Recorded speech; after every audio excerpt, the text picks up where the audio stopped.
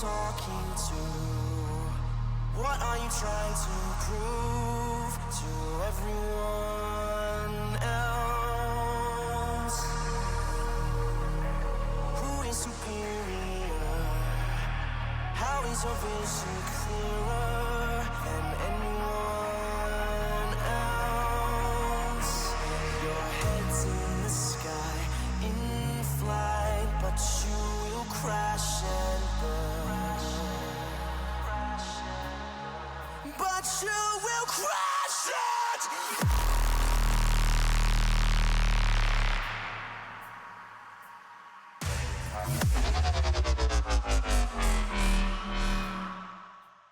Welcome to Agency Land, a podcast about advertising ambition and the lies we tell ourselves to survive both. I'm Jai Smith, and this is your survival guide. Today's guest is an American Australian, so don't let the accent throw you. Communications strategist who started as an intern in Wagner Edstrom in Seattle, straight out of Washington State University. She moved to Australia and spent the next 11 years in one single agency, climbing every rung from intern to planning director international, which is the most Austin Powers title I've ever heard. And as the company rebranded around her from Wagner Edstrom to Buchan to Communications, midway through, she pivoted from account management to strategy. I might have been there for that moment, crossing from client service into planning and never looked back. She was shortlisted for Cannes Young Lions in 2019 and won multiple Umbrella Awards across B2B, B2C, and social campaigns. She co-hosted the Strategy Hotline, which may be making a return after this, and serves as vice president on the Vibewire board. And after more than 1 decade at one company, she left agency life entirely for London, where she now leads an international communications for a large online retailer across 4 continents. Today's guest is Sophia Brockman. Hey, Soph, how you doing? What an intro. Did I help with any of that? I don't really remember, but yeah, all true. So I had this this moment of doubt where I'm like, every time I read someone's intro, they're like, whoa. And I'm like, maybe this will bore the listeners, but I'm like, the guests get a kick out of it, Well, so that's what counts. Like, please keep talking about me. Yeah, please. Can you just introduce me the whole podcast? I want to hear more about me. So you grew up in the States, if your accent didn't give it away, studied in Washington State, then moved to Oz. What pulled you from Seattle to Sydney? What drove all that? That's a good first question. So yes, I'm from Seattle originally. I moved to Australia in 2016. I was 3 years into my career, so pretty early on actually in my career, but I'd already kind of made some good strides. I think I was like an account director, maybe a senior account director when I left. And so part of moving to Australia was definitely work related. I kind of engineered a move with the agency in Seattle. WagEd had kind of like a sister agency at the time in Australia. And they weren't connected in terms of like P&Ls or clients or anything of that nature, other than like maybe a few, but yeah, largely they were disconnected, but there just happened to be a role available. And I always, I had designs on the world. I didn't want to be in the US. Basically, I was like, I gotta get the fuck out of here. And I Why? What was driving you out? I think it was more so what was pulling me in. When I was in uni, I did exchange in Australia. I'd always traveled a lot, even through like uni, through high school with my family. So I just knew that there was like so much more out there in the world. And the fact that we had this global network as an agency was just like calling to me. I would see case studies from other countries, or, people would come and visit the Seattle office because that was headquarters. And I just kept getting little snippets of like, there's just so much more out there that is just like so much cooler than staying in Seattle and like, just doing what everyone else is doing. I want it to be special, okay? Yeah, because I want to go to Seattle, the home of Nirvana and like a lot of other like 90s grunge bands. Like that to me has a calling. Did you come for a short stint or a long stint? How long did you think you were coming for? I told myself 4 years. But then I think probably like 2 years in, I already knew that I was going to try to maneuver my way into citizenship. After like 3 years, you just kind of, that's like the tipping point I found for a lot of expats. They don't look back. If they can make it past like year 3, they end up converting for life. And But I don't know. I don't know what it is, but from even the beginning of leaving, I was like, nah. Like I wasn't even homesick. Yeah, right, That right. chapter was over, and like Australia was just where it was at, and I was having so much fun in Australia and like with my job especially, and just kind of like living agency life, which had a big part to do with it. That's where I had all my friends. Yeah, That's where I made every single friend that I had for the most part. And even like my friends were in other agencies or were in other like, but for different things like marketing, e-com, like in creative agency, like yeah. in different agencies. And we were all just like running rampant through the city together back when we would dress in our corporate cash wear, go to the office every day, and yeah, that just blows The my good old days. I yeah. miss those days. You studied comms and psychology. Yeah. And when did you decide that PR and comms was the path, and not and was it about the work that made you stay? And have you ever thought about going back to psychology or a career in that? Oh, all the time. I like so all the time. I'm like, wake up and be like, I should be a forensic psychologist. Like, like I really. There's another parallel lifeline where I'm like a detective or I'm in Yes. crime, basically, like crime investigation and crime psychology, or being a criminologist working for the FBI or something like that. That would be sick. And there's obvious parallels with strategy and criminology and psychology, of course. So I can see why I'm like appealing to both.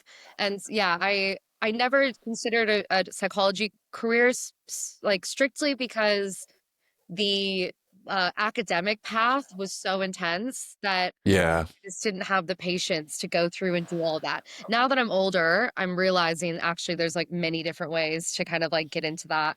But you do sort of need that academic background, and I was too busy partying in uni. And that leads to why my other degree was in PR and comms. It was an easier degree. I'm You 50. had a party. You had a party degree and a serious degree. I can say it now. It was an easier degree. And also, I don't think that's a surprise to anyone. yeah. Like, and for good reason. I was naturally good at it, which I'm sure made it a little bit easier. But like anyone who's good in like writing and presentations and a little bit of that psychology as well, and creative comms as well, will do so well with that kind of like integrated comms degree. And so I just like cruised through it. Also, I liked that I knew I was getting the degree, but that deep down, Yeah. people were going to hire me for me and not my GPA. Like, no one's ever asked me about my grades in uni. They said, did you get a degree? Like, C's get degrees. I got a degree. They're hiring me, hiring my potential. Yeah. They're hiring my experience as I start to build it. And there's some skills that you just can't learn in the classroom. And I feel like the our industry, the comms industry and marketing industry does do it right by looking at Yeah. skills first and not getting hung up too much on like what degree someone has or if they've got like the right credentials. Basically like hiring a bunch of drones as well, because Yeah. like they're the type of person, there's a specific type of person that they can finish a degree, and there's Yeah. There is. Yeah. talent. So if you're only like you're gonna miss the Zuckerbergs, really? Anyway, you can have a whole let's Yeah, talk that's about a whole maybe loaded that's a bad question. example. But you get my drift. What are the similarities between psychology, the criminal investigation, and the agency life, whether that's PR or strategy? What are those you draw? Like I can draw a few, but I'm curious to know yours. I mean, in a way, maybe it's more with strategy, but we're all just like a bunch of investigators all the time, like constantly scanning, Yeah. investigating, digging, being a detective. Like you got to figure out what's going on with your client, like, and what's stressing them out, and kind of use a mix of like understanding human psychology Yeah. to work with your actual client themselves, but then also you're the voice of the like the consumer, whoever your consumer is, B2B, B2C, everyone has an audience. They're all humans. So you have to Yeah. get inside their head if you really want. And also even from a PR perspective, journalists, like Yeah. the best PR people I know how journalists think. Yeah. So, like you got to get all, Hannibal Lecter in there. And Yeah. Yeah. you're like the best and you'll excel in agency. So I feel Yeah. like if everyone kind of thinks of themselves more like a Sherlock Holmes vibe. I Is it love that. good? I don't think you hear that enough. I think you hear, and I spoke to Julian Cole last night, and he said it well. He's like, we live in an age now where AI will give you all the answers, but are you able to defend those answers? He's Mm. like, that's and I was just like, wow, like it's such a different mindset, and it comes back to this idea of investigation, solving something, not just getting more facts. I love that Yeah, and thinking. I knowing think the that's why really, behind the facts, like yeah, asking yeah, those questions of what, like being able to articulate, we know that this is going to drive, like, or like risk consideration, saying, hey, we've got this news announcement coming out. We know that what are you drinking? Energy. no, it's a Zappo protein shot. Don't even know which one's worse, to be honest. Well, Yeah. we're gonna leave it. I really took a Yeah, gamble then by thinking, I'm like, I'll bring this up. Well, now I might as well finish it. I know that's right. We should actually do a little. We'll see what sort of drinks we bring to each of any podcast sessions. But yes, like if you have a news announcement coming out, Yep. being able to articulate why you know for a fact that there's going to be this headline is what we're looking out for that we know is going to happen. You have to be able to articulate that Yeah. precisely to be like, I know this is going to happen because of X, Y, and Z, and kind of understanding the context underneath that feels Yeah.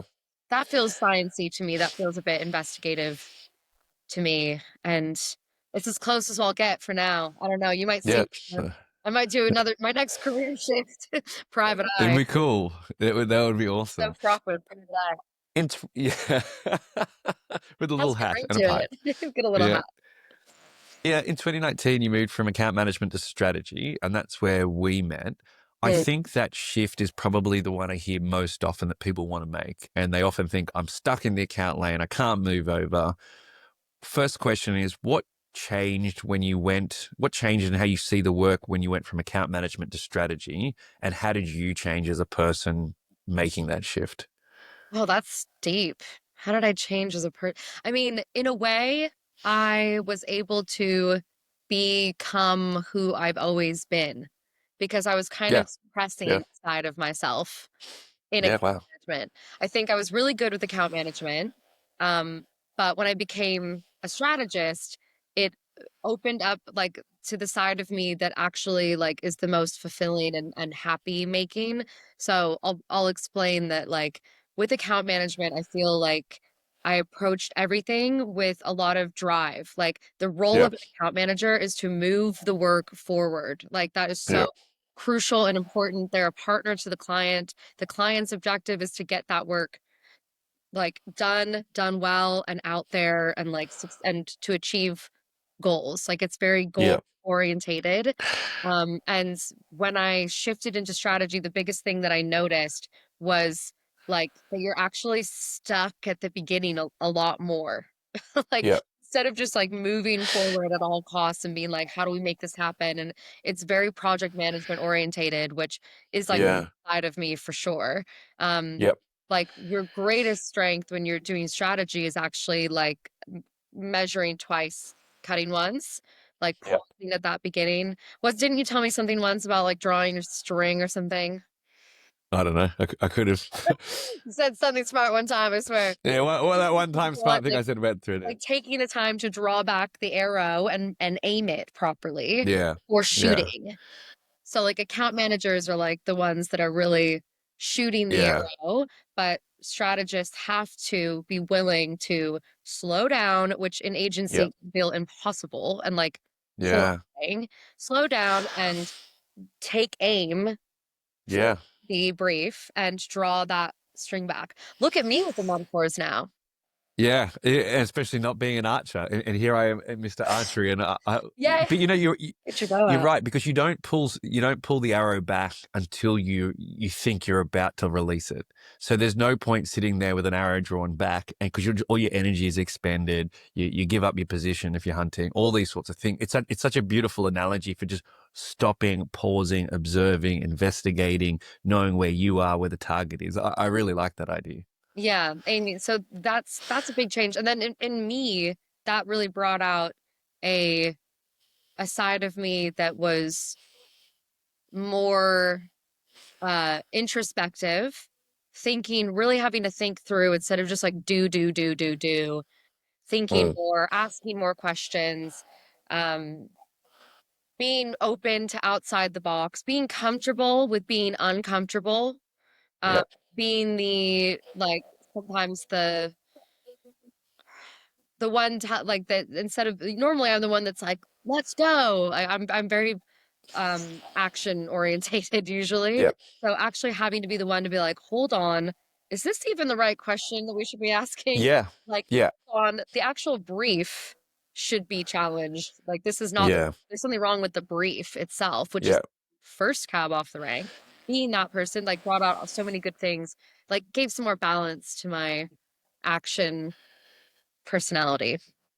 Was there anything you had to unlearn like that? Like I'm assuming you can't turn that part of your personality off, but were there account management skills you had to unlearn, or are there, in fact, maybe a better question, were there some that made you a better strategist? Yes, being able to make strategy tangible. Yep. Strategists who have never been executors on anything Yeah. actually can't do this. Like they really Yeah. struggle to turn their strategy into something tangible. They struggle to even like stress test it with tangible tactics and rollout of what does this look like in practice, also against a brand, like how, like if this is right for the brand itself.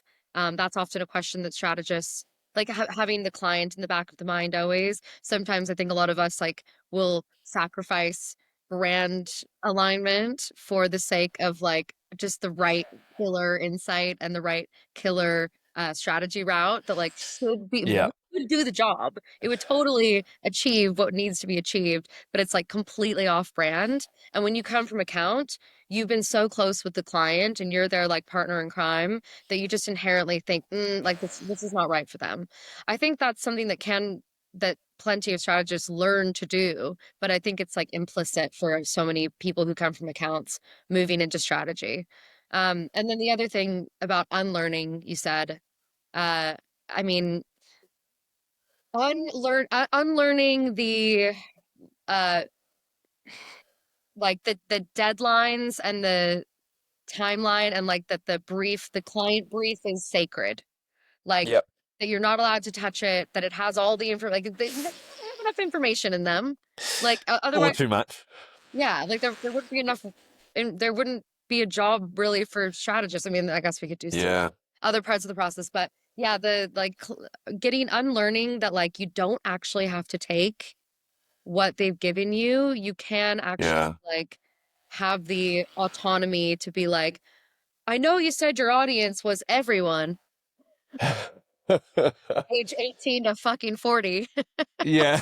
But Li- Live in but metros and surrounding actually, areas. like, Yep. what if we really honed in and kind of, yeah, being learning to challenge some of the stuff that comes from the client side, because in Yeah. account management, you really do just like that is like sacred, and you really and which that's the role they play. They're the ones that say, hold on, they said this, like, why don't we?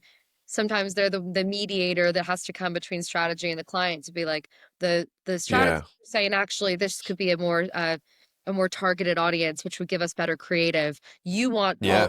people like, let's talk about it and be like the little couples counselor between Yeah.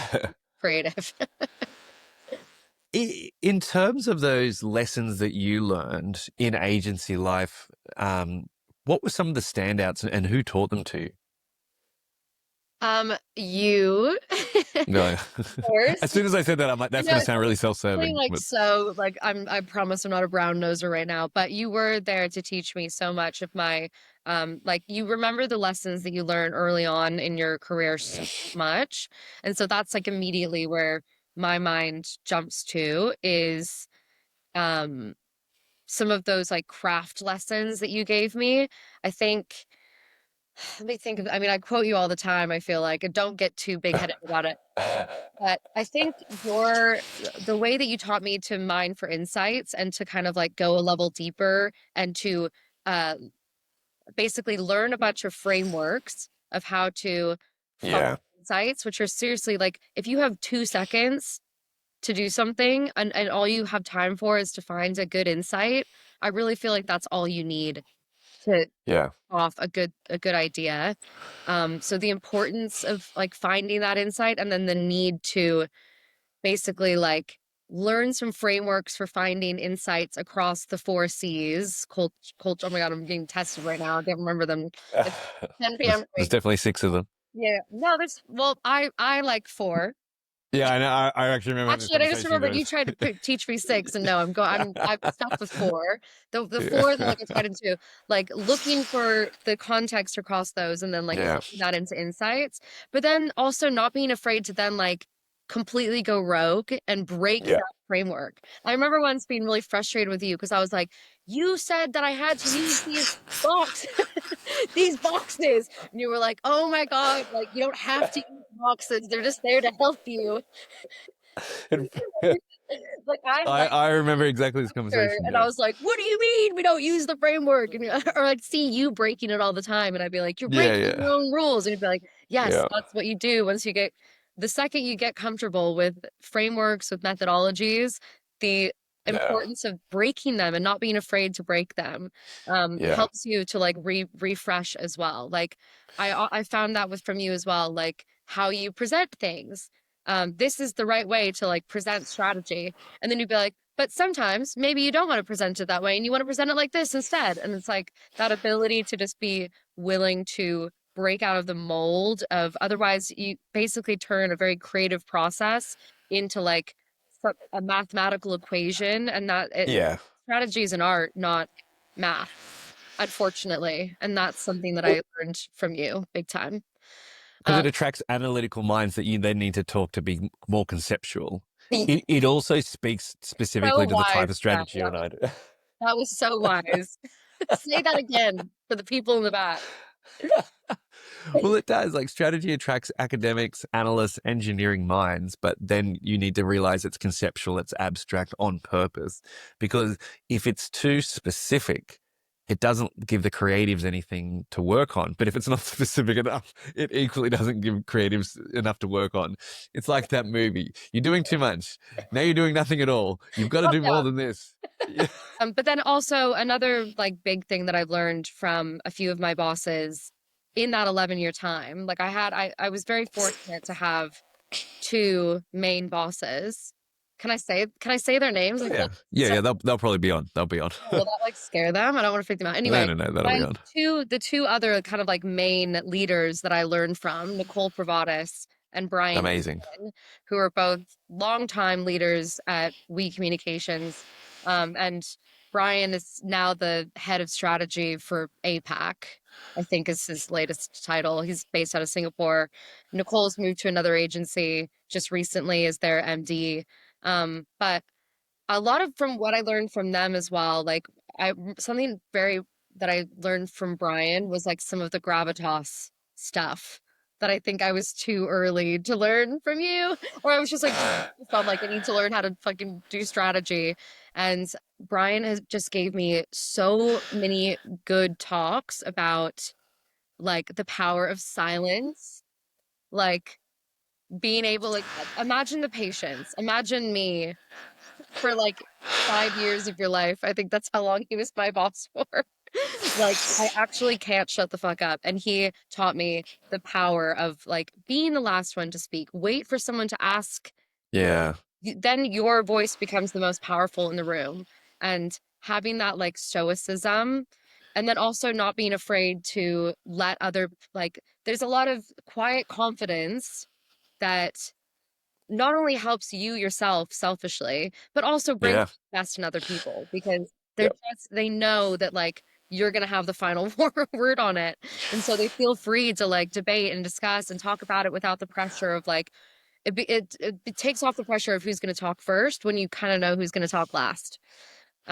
And I just, Oh, I like that. Oh, I like that. There's a great soundbite. yeah, Boom. and it makes people more comfortable to talk. Yeah. So I really loved that from him, like, and just remembering like and like diplomacy, and like I just get pissed off sometimes when people just weren't like as fast as me or as Yeah. sure-footed as me or any of that stuff, and like just the power of like diplomacy, and that like you can catch a lot more flies with honey. But I think like that's why our meeting, I think, was the right time for you because you and I are a lot more like that.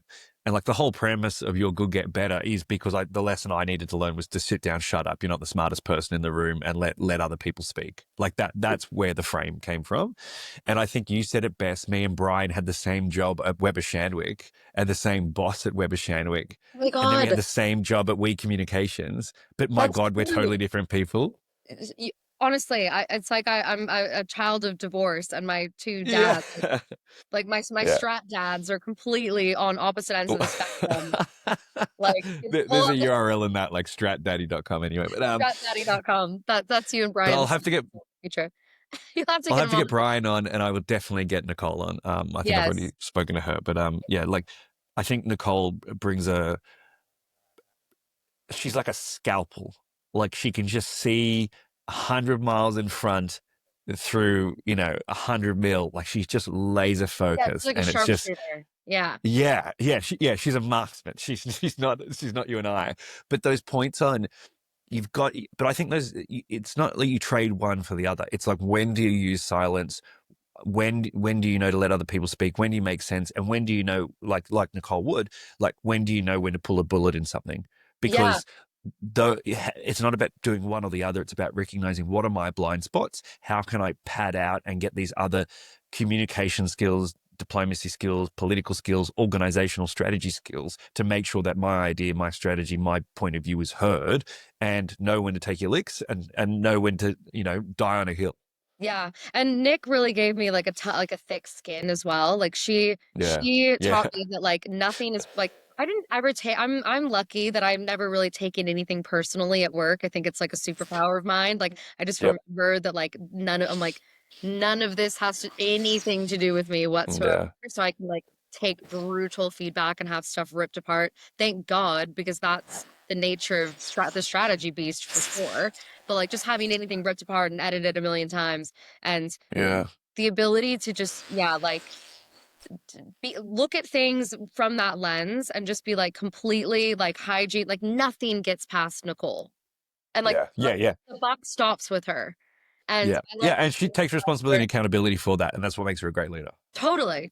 And Yeah. yeah, and also Yeah. she's when shit goes down, she's the one that will go and like take like basically be like, Yeah. all right, I will go and handle the mess you guys made. And I try to take I try to take that stuff like forward all the time. I'm actually Yeah. so lucky with like that you guys as a trio really being the main people that I've learned from, and the fact that it's been so concentrated. I've had the benefit because I was there for Yeah. 10 years, working with the same people. I really was shaped and molded, and with you outside of work, even when we moved onward, like as a mentor to me, I seriously am kind of only influenced by like the three of you, and then like my original boss from the US, and that's who like built Yeah. me brick by brick. And I think I've ended up with like a good Yeah. balance of both. Actually, I know I have. I get the feedback Yeah. now Yeah. that like I have the perfect balance of like really uh that gravitas and diplomacy, and um knowing when to stop and when to ask good questions, not having to be the smartest in the room, but I also like can bring it with creativity and like boldness and kind of Yeah. the confidence piece that oftentimes people get stuck with one or the other. And it's that's kind of like the duality between account and strategy Yeah. as well. Yeah.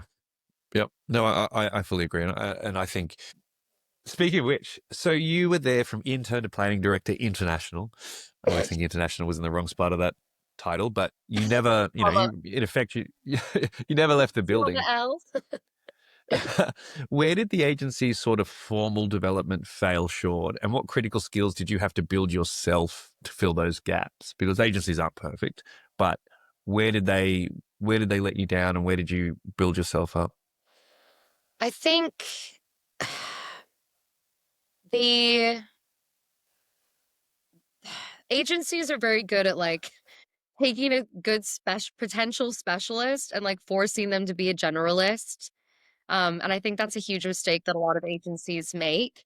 Obviously, for me, luckily, I escaped that fate, but I do I did live it for like a good 3 or 4 years where like I could have been specializing in what I was really good at, which was like strategy and creative. And I was being like, if there was a brainstorm, I was running it or I was in it. Like I always had ideas. I always was like thinking outside the box and had that like natural creative spark and like bringing inspiration. I also was naturally the one in the end that was like challenging and questioning and unlocking like what is, why are we doing this? Is this really going to be effective? Like strategic efficacy was always like a big thing that I was questioning.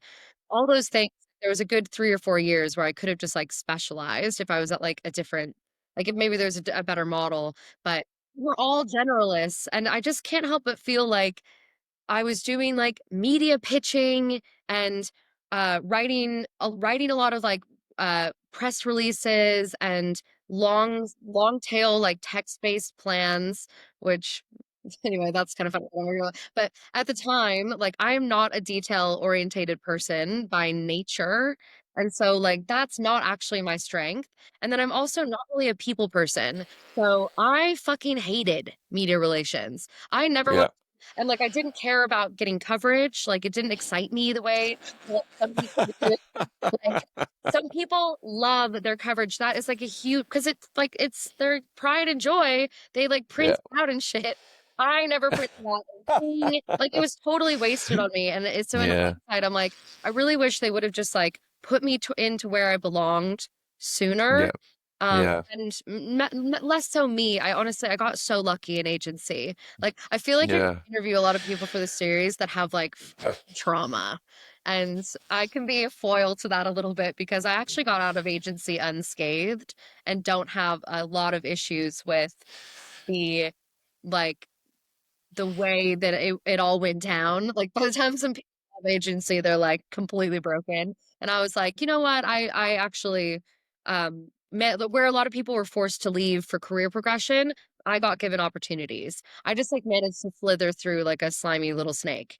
But but that is one thing that I will call out that I didn't feel I was just it was like banging my head against the wall being like, I don't like talking that much to I'm not connecting with clients naturally. Like that's very much a job to me.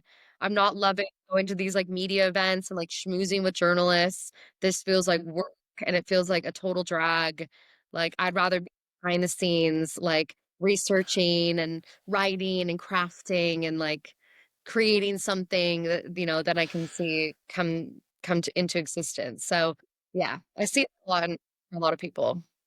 Yeah. Look, I think the trauma piece is interesting. Like there definitely is, and I want to look into it further, but there's something where people look back at their past agency life or the past agency they worked with sorry, and they start to build a negative narrative of things they felt that betrayed them. And I don't, it's just a few anecdotal things over the last couple of years where I'm like, I don't know if that was the full experience somebody had. I don't know if it's the full experience I had. Was it that negative? And it's something I'm trying to look into, and I don't really know how to form it yet. But I think we tend to look back at past experiences at workplaces with a negative lens rather than rose tinted glasses sometimes.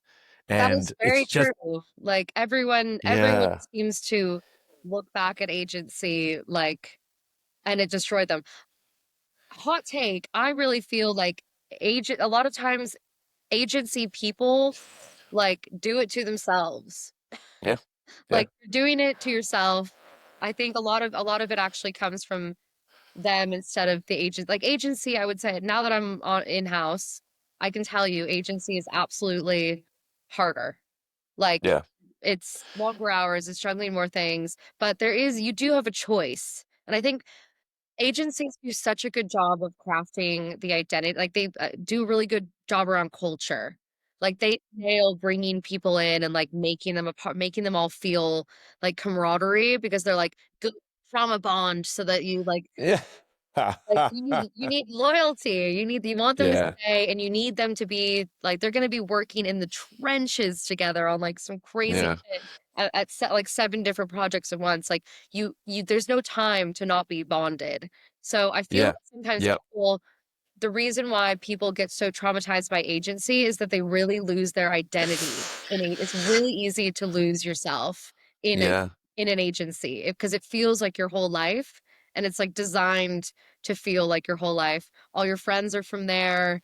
There's all this like talk about meaningful work. Like, I'm Yeah. there's not as much talk about that. And people go home at the end of the day. Like, Yeah. really think Yeah. it gets a bit culty in agency land, and maybe that's where the trauma comes from, Yeah. because the reality is that there are so many amazing things about it. And I actually think it's imperative that every single person in the industry must work for agency before going in-house. Or if you're in-house now, go and spend time in agency. I don't care if you have to second in with your Yeah. agency, like, do it. It is industry boot camp. It will teach you everything you need to know. It will make you the best friends you've ever had. Um, but don't drink the Kool-Aid of like, and maybe that's why I was able to stay for so long, is because I didn't drink the Kool-Aid. And so I was just like, at some point just became like impervious to agency drama, agency bullshit, agency stress. Yeah. And I was just willing to, like, I would say I spent the last 4 or 5 years of agency completely prioritizing myself. I wasn't working long hours. I wasn't Yeah.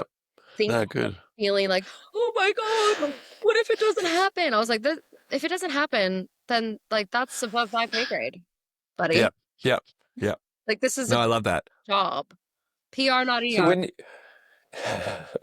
so when you did eventually decide to move to London, what drove that? Was it just a job up? Was it the idea of moving country again? 11 years is a long time to pick up and leave.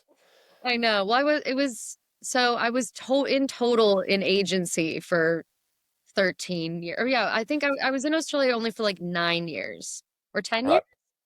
Maybe anyway, it I doesn't, thought it was 10, but yeah, anyway. it was a long, long time.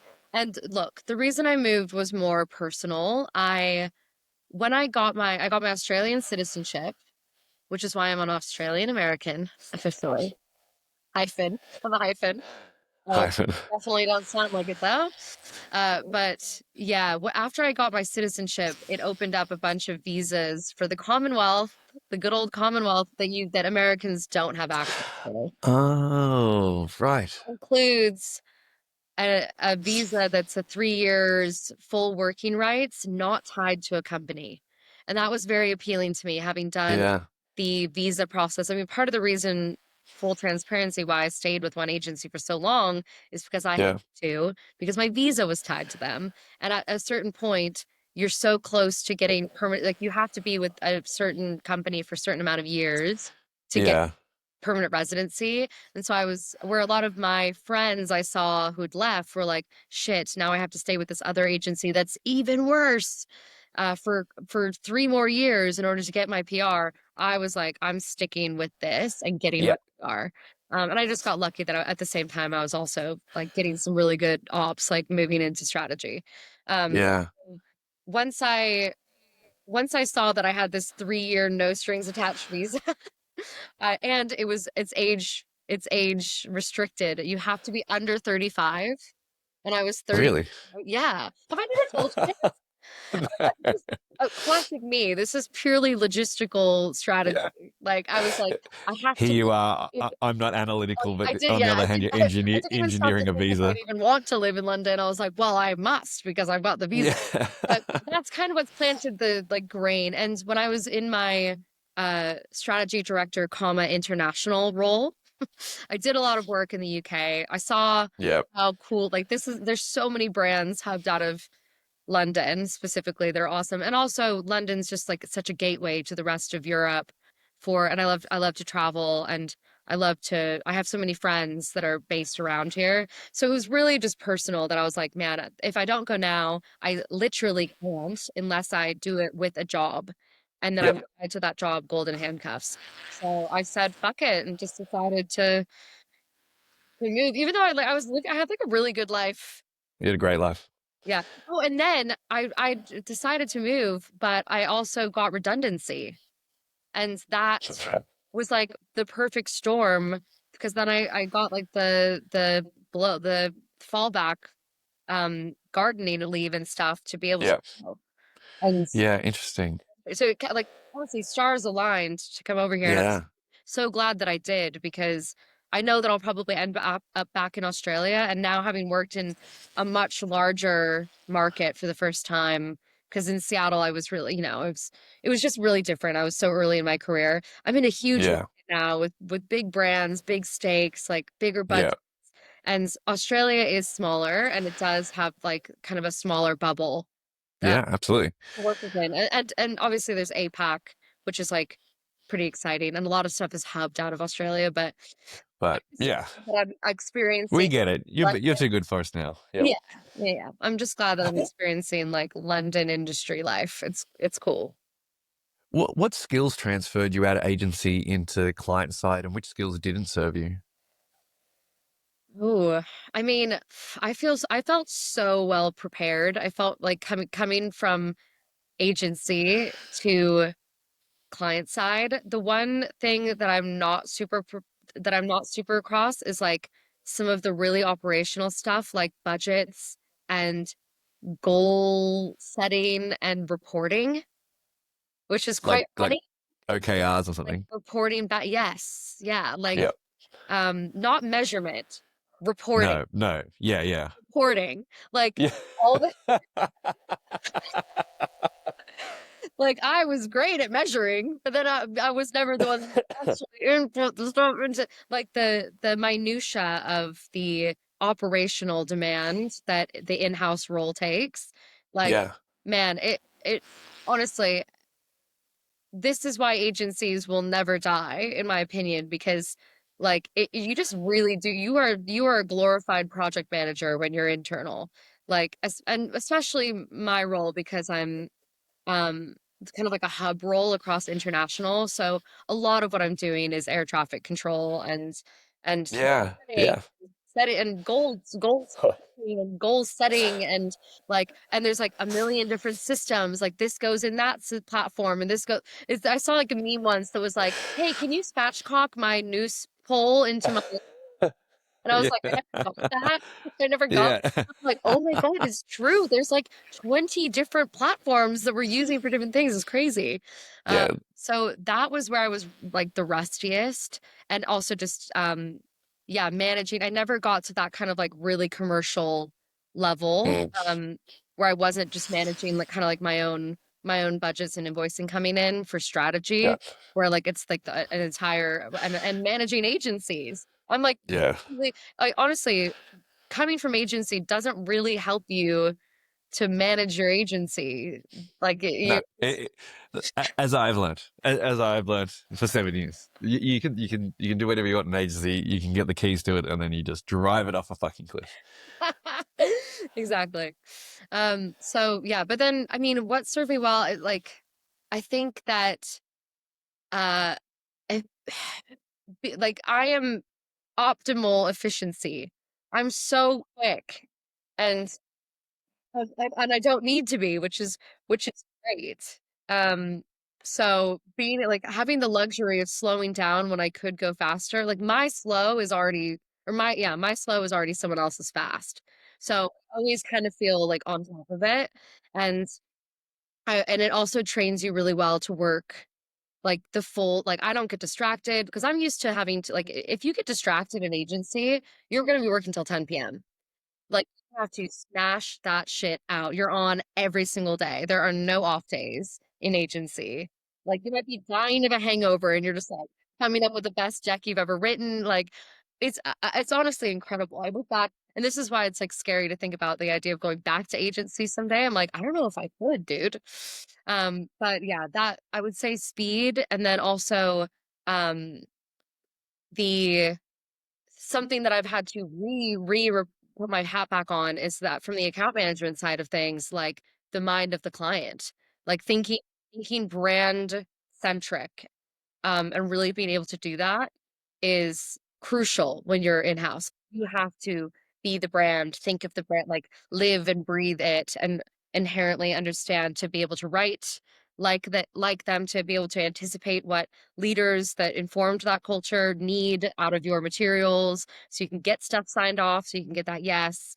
So I think that's something that I'd like completely sort of forgotten because I have been in the mind of the consumer and I've been like completely audience insight Yeah, interesting. for like a good 6 or 7 years that like I'm having to go back to really thinking about things through the brand as well. So your whole perspective is really starting to shift from who are you advocating for, who are you actually solving these things for, and what's your role with them in a sense. Yeah, and it's really I'm really realize it's so like cliche and true. Like when you're an agency, everyone tells you and like you remind yourself that your client is dealing with so much behind the scenes that you just don't even know about. And you're like, yeah, yeah, I know. Like, and on the surface, you know that. But you don't Yeah. know really. Like once you're in it, you're like, oh my God, Yeah. look, I need to call Yeah. every client I've ever had and be like, I'm so sorry that I was emailing you about like, can we get like listen to our ideas? Like, let me take an hour of your day to present Yeah. ideas for like an extension. I Really? like, yeah, I'm like, this is like, there's no time for that. There's a like it, you are a stakeholder manager, you are a Wow. firefighter. Like, there's so much confidential stuff that you're working on internally that you can't share with your agencies or things that that you're working with, like from a business perspective that you can't share. Yeah. So much of like the reporting and the like other things that you just that can't because it's all internal systems. Like that all has to come from you. I'm really upset about the system. Funny, No you one know? told me about the systems. Yeah. That was the biggest shock, I think. So Yeah. I wasn't shocked by like the work itself. I feel always very comfortable with comms, marketing, creative, strategy. Like I can do that work, but it's the actual like structure of the company that is Yeah. just so different from agency to in-house. And Yeah. yeah, it's very true that it's like so much of the in-house jobs or role has nothing to do with the craft. And Yeah. your agency is there for a reason to like bring that craft element in. I think that's a great summary of that relationship and why agencies and their partners exist. I love that. Yeah. Oh yeah. You Like know, I could never pull out the creative that I was doing in agency now. yeah. I just don't have the I reckon you absolutely could. You need the space, oh I reckon. bless you. But You're like, don't say that. We're about to need to do that. yeah, yeah, yeah. I By the think just way, like the daily inspo and diversity mm, of like thinking and like stuff that you're exposed to in agency is just like you can get that in house, but you really have to carve out time for it. And so in the day to day, you default away from it and you're dealing with a lot more of like really kind of like methodical stuff that's just like not very yeah, sexy. Like the stuff in agency is just a lot like sexier that just keeps you, I think, in that mindset. And yeah, yeah, I could turn it back on, but it does. yeah, Sometimes I'm like, do I like I feel like, oh my God, am I losing it? And then I'm like, no, no, no, yeah. no, No, no, no, no. no, no, it's okay, Um, it's okay. One question I've been asking everyone is, and I think this will speak specifically to you. You know, you gave up your twenties, for one business, for one company, for one private company, right? That's a third of your life. Fucking Um, hell. what did it cost you? Yeah, I like that question. Um, it It did cost me my mental health. Yeah, Like I was so in hindsight, I was so stressed. Like in my 20s, I was really yeah, yeah, you cut out for a sec. I was so stressed in my 20s, living and breathing. I would work seriously until 10 p.m. This is like I do see a difference pre and post COVID, which is like yeah, to talk about, but truly like this I think I turned 30 during COVID. So I do, for me, it's extra punctuated because there's a decade shift there as well.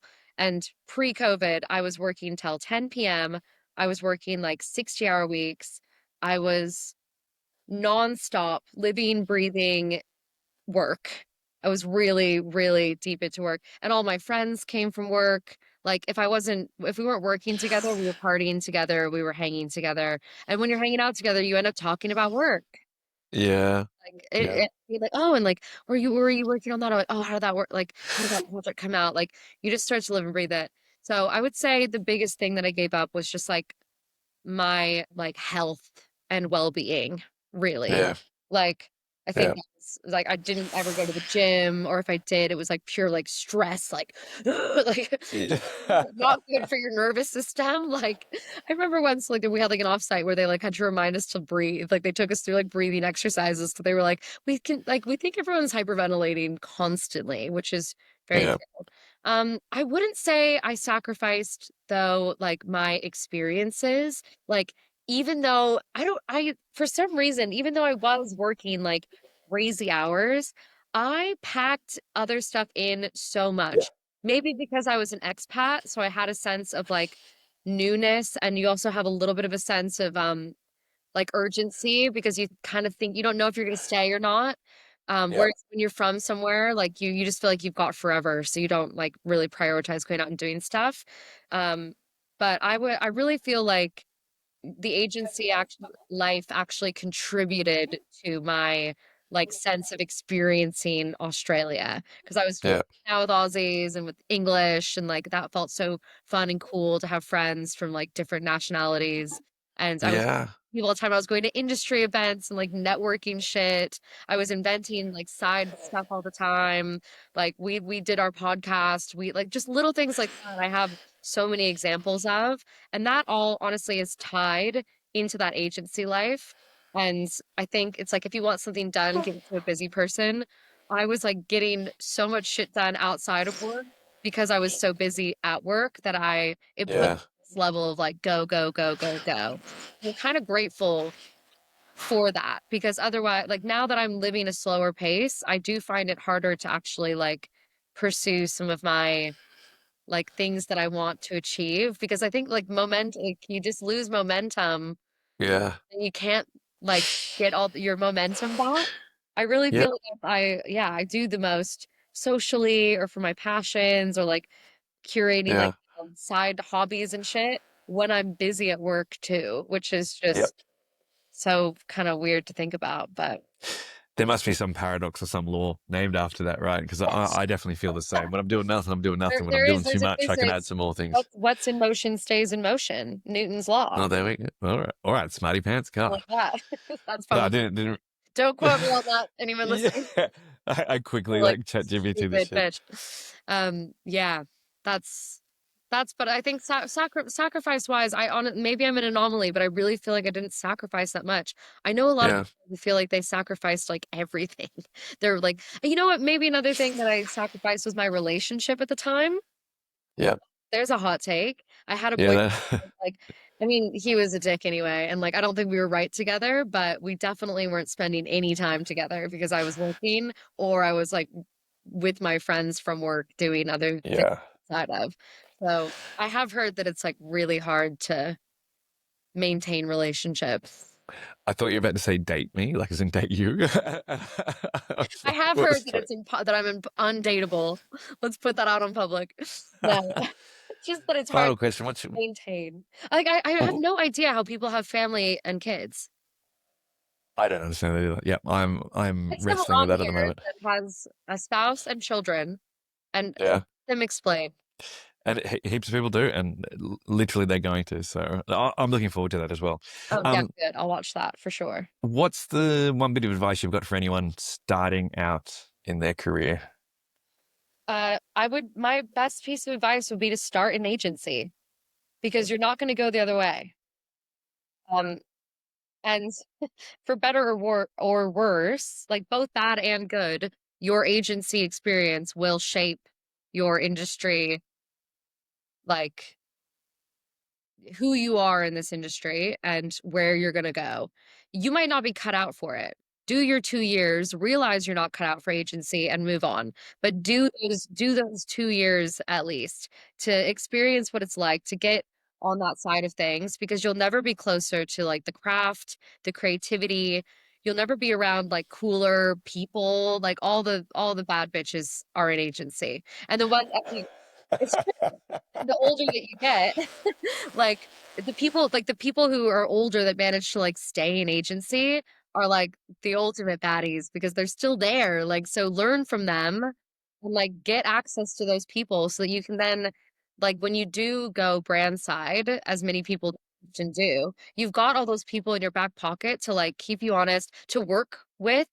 Like those people can become your agency eventually. Like how good. Yeah, that would be my biggest piece of I advice. love that. I love that. I love that. No, going back to like the personality piece, I think put yourself in a role that will shape like the weaker sides of your personality that like you do have, Yeah. but that need some shaping. That will like quickest shortcut to being well-rounded Yeah. is No, I is love that. is going through role, I think. Yeah. Hug the hard stuff, hug the stuff that you know is going to complement you from it by, making you aware of your blind spots. And Yeah. like, that's what I said to him. Like, ask people where your blind spots are. It'll really help. And if you're commanding that conversation, you will be more receptive. You will listen. You'll be more resilient because you're inviting growth. You're not inciting criticism. Oh, finish it there. Perfect ending. Agreed. Thank you, Sophia. Appreciate it. And we will be bringing back Strategy Hotline by popular demand. It's actually being demanded for. So we will be seeing Sophia about once a month. We'll be seeing Sophia about once a month. And I'm so distracted now on the Strategy Hotline, where we will be taking your questions with Sophia and myself and potentially some other guests. So stay tuned for that. So thank you, Sophia, and we'll be in touch. Amazing. Thanks, everyone.